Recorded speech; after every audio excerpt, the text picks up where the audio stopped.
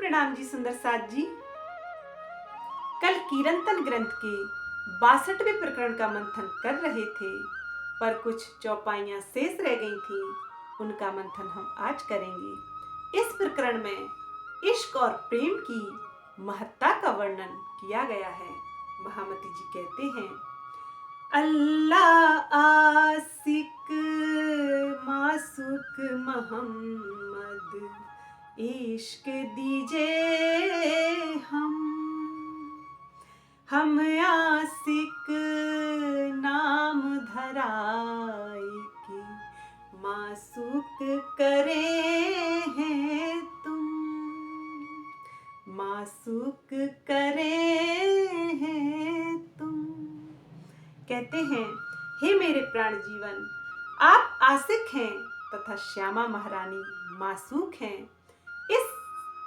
इस स्थिति में अर्थात वहदत की स्थिति से या वहदत के सिद्धांत से हम भी आपके मासूक हैं। लेकिन हे प्रियतम, इस काल माया के ब्रह्मांड में हम आशिक नहीं हो पा रहे हैं। इसलिए प्रियतम, अपना वहदत और खिलवत वाला इश्क हमें दीजिए, इसलिए कि हम आपके आशिक बन सकें और हम भी आपको अच्छी तरह से रिझा सकें। क्योंकि हे प्रियतम, आप परम धाम में, उस दिव्य ब्रह्मपुर परम धाम में हमें दिन रात रिझाते थे और 25 पक्ष वाले उस निज धाम में हर रूप में आप ही लीला करते थे और हम आठों पहर की लीला में आपके इश्क प्रेम में डूबी रहती थी। हे प्रियतम, वही इश्क इस काल माया में भी हमें दीजिए, जिससे हम आपको रिझा सकें और हम आपके यहाँ आशिक कहला सकें। महामती जी कहते हैं कि इस चौपाई में मासूक का संबोधन श्यामा जी के सहित सभी सुंदर साथ से है, क्योंकि इसमें लिखा है कि इश्क दीजिए हम, अर्थात बहुवचन शब्द है, इसलिए सभी सुंदर साथ को इश्क देने की बात कही जा रही है।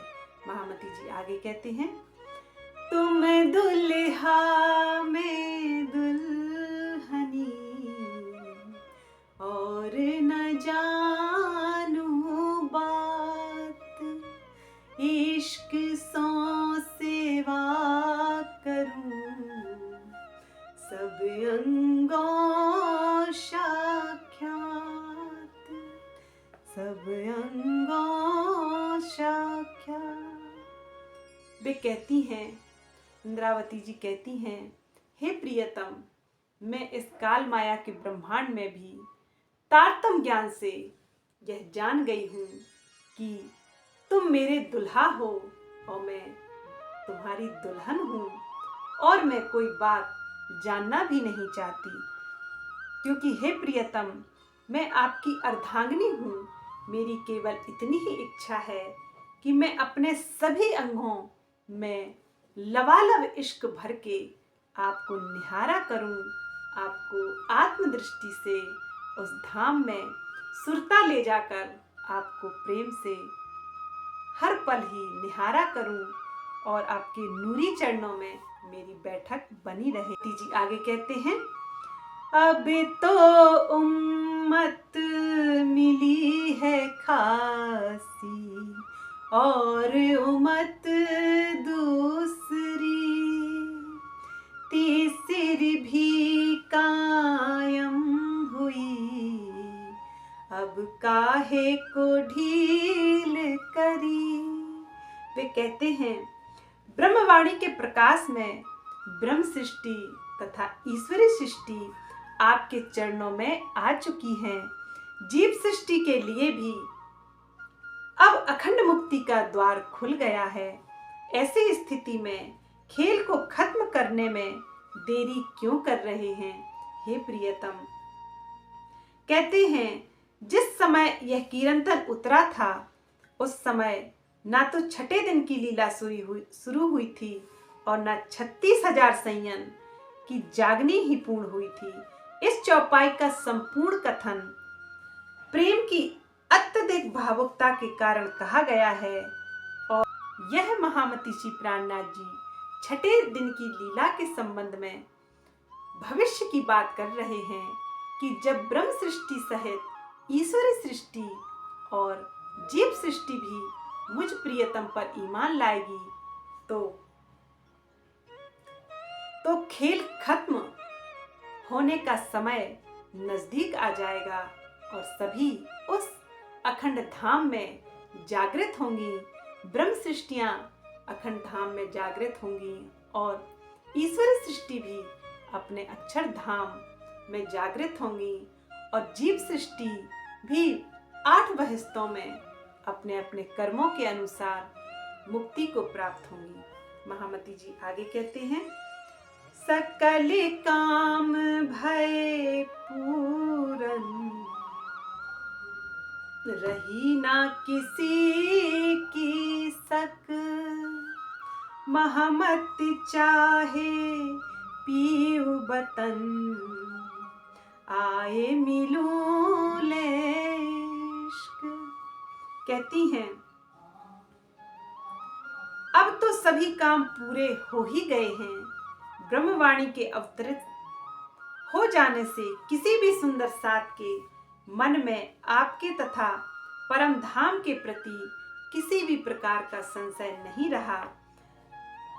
अब मेरी केवल यही इच्छा है कि आपका इश्क लेकर परम धाम में अपने मूल तन में आ जाऊं और आपके नूरी स्वरूप का दीदार करती रहूं। सुंदर साथ जी हमारे प्रियतम प्राणेश्वर आशिक तो उस धाम में भी थे और हमें भिन्न भिन्न क्रियाओं से रिझाया करते थे और आशिक वे इस काल माया के ब्रह्मांड में भी हैं जो हमें इश्क रूपी बंदगी सिखा रहे हैं।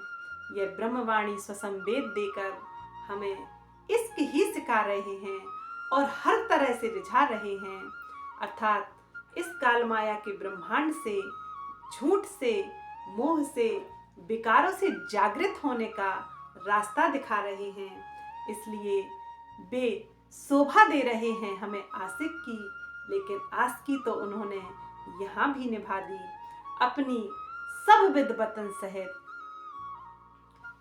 अपनी कृपा दृष्टि से यह सुसंवेद वाणी इस संसार में अवतरित हुई और श्रीमुख वाणी के द्वारा हम सभी सुंदर साथ ने अपने मूल तनों को जाना, मूल स्वरूप को पहचाना, उस प्रियतम प्राणेश्वर को पहचाना और 25 पक्ष वाले अपने परम धाम को भी जाना और आशिकी वे हर पल यहाँ हमसे कर रहे हैं और पन्ना धाम में विराजमान होकर झूले पर बैठकर वे हमें हर पल निहार रहे हैं और हम पर ही दृष्टि है उनकी और जागनी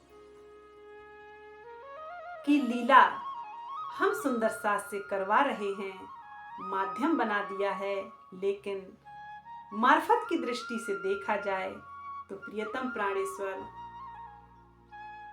यह लीला बातून रूप से वे ही कर रहे हैं, वे ही सभी ब्रह्मात्माओं को यह ज्ञान पहुंचा रहे हैं। जागृत करने वाला यह ज्ञान है।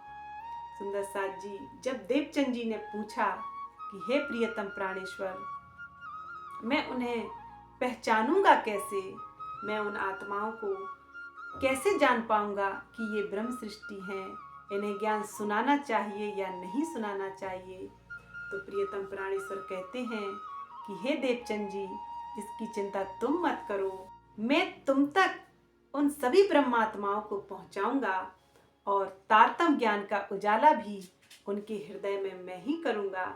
सुंदर साथ जी धामधनी के इन वचनों से यही आशय है कि वास्तव में वे शोभा हमें देते हैं जागने की, लेकिन हर रूप में वे जागनी वे ही कर रहे हैं। वे ही ब्रह्मात्माओं तक यह मैसेज कैसे पहुंचाना है, कब पहुंचाना है, उनके ही दिल में यह बात आती है और वे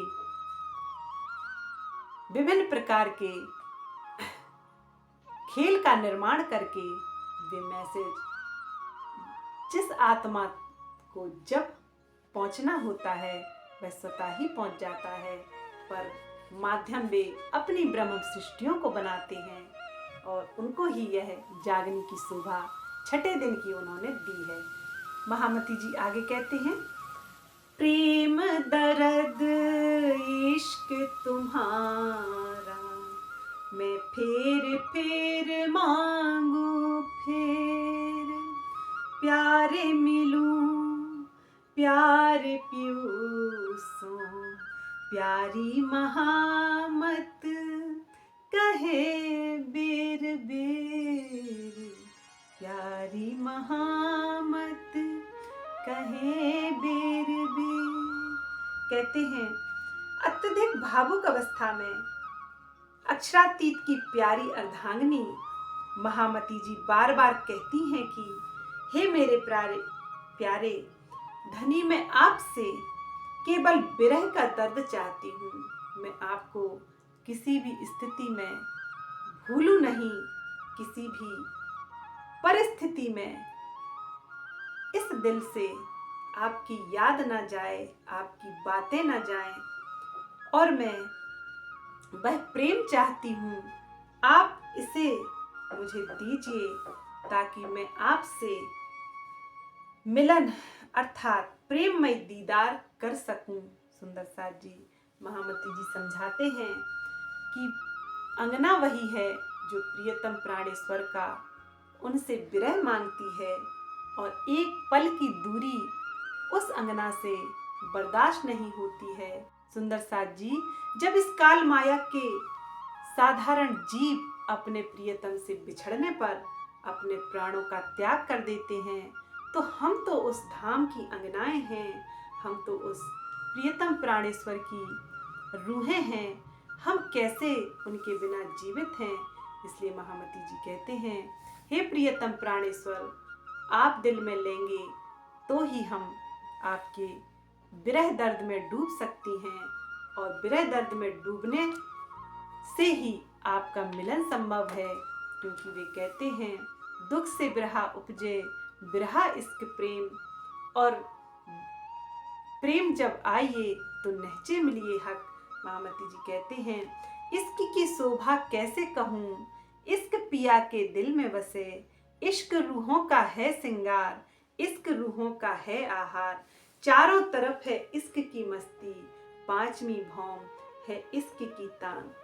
महामती जी कहते हैं सुंदर साथ जी कि इश्क ही उस धाम की खूबी है, और इश्क हम रूहों की भी पहचान है, और इश्क से हमारा प्रियतम मिलने वाला है। इस कहते हैं, इश्क बड़ा रे सबन में ना कोई इश्क समान, एक तेरे इश्क बिना उड़ गई सब जहान, एक तेरे इश्क बिना उड़ गई सब जहान, इश्क की शोभा कैसे कहूँ, इश्क पिया के दिल में बसे, इश्क रूहों का है सिंगार, इश्क रूहों का है आहार, चारों तरफ है इश्क की मस्ती, पांचवी भौम है इश्क की तान, पांचवी भौम है इश्क की तान। हे सुंदर साथ जी, उस परम धाम में, उस दिव्य ब्रह्मपुर परम धाम में धाम स्वरूप लीला को बिना इश्क के समझा नहीं जा सकता, और ना ही आज तक कोई समझ पाया है। उस धाम स्वरूप लीला को और 25 पक्ष वाले अपने उस चौथे आसमान को समझने के लिए नख से सिख तक सभी अंगों में प्रेम भरकर उस आत्मदृष्टि से परात्म का श्रृंगार सच के उस धाम में सुरता द्वारा जाया जाता है, और सभी को प्रेम से, सभी लीलाओं को प्रेम से अनुभव किया जाता है, और प्रियतम प्राणेश्वर के चरणों में बैठा जाता है, और स्वयं इश्क में लबालब होकर उस इश्क के सागर को नख से सिख तक की शोभा को आत्मदृष्टि से देखा जाता है। तभी उस प्रियतम प्राणेश्वर की प्रेम का अनुभव होता है, और वे साक्षात दर्शन भी देते हैं। सुंदर साथ जी 62वां प्रकरण समाप्त हुआ। बोलिए प्राणनाथ प्यारे की जय। प्रेम प्रणाम जी सुंदर साथ जी।